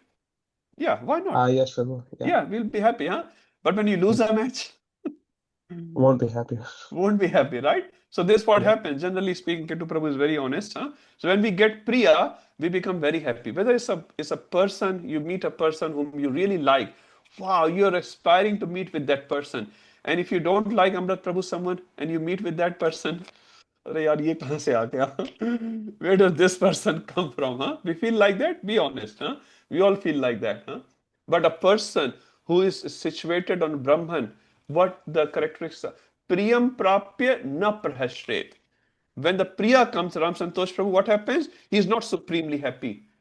Okay. Apriya, when he prapya, apriya, when you meet something in life which you don't like, what happens? Na udvejet, he does not get agitated. Nandini Mata, when you get apriya, you get agitated or not agitated? You are sthir.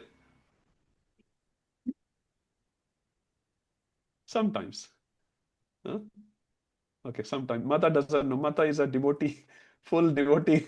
She doesn't care about good or bad. Generally, when the bad comes, we become very agitated. You go to a doctor, doctor says, Prabhuji, you have cancer, stage 4. You're going to die in 6 months. Yay, maza aa gaya. Anyone says that? Unless you're like Parikshit Maharaj. Vayam dhanyatama loke. He says, I am dhanyatama. Parikshit Maharaj is happy listening the news. I'm going to leave my body in 7 days. But generally, we don't like these news. What to speak of cancer? Even if we have flu, we don't like it. Prabhu, bahut bimar hu. What happened? Prabhu, I'm having a flu. Huh? Na udvejet. He will not get agitated. So whether the Priya comes or Apriya comes, by getting Priya, he is not very happy. By getting Apriya, unfavorable things in his life, na udvejet. Not easy thing. We are saying it, but it's not easy. Sthir buddhir. Because his buddhi is what? Sthir. His buddhi is not shaking. Buddhi is not happy or getting agitated by getting priya or apriya. Asammudo. Mudha refers to what? Murkha.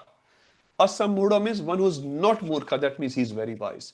A wise person is sthir buddhir because his buddhi is sthir, whether in good or in bad. He does not get agitated or he does not get super happy by getting priya or apriya. He is Brahmavid. He is the knower of Brahman. He understands the Brahman platform. Brahmani Sthita, and he is situated on a spiritual platform.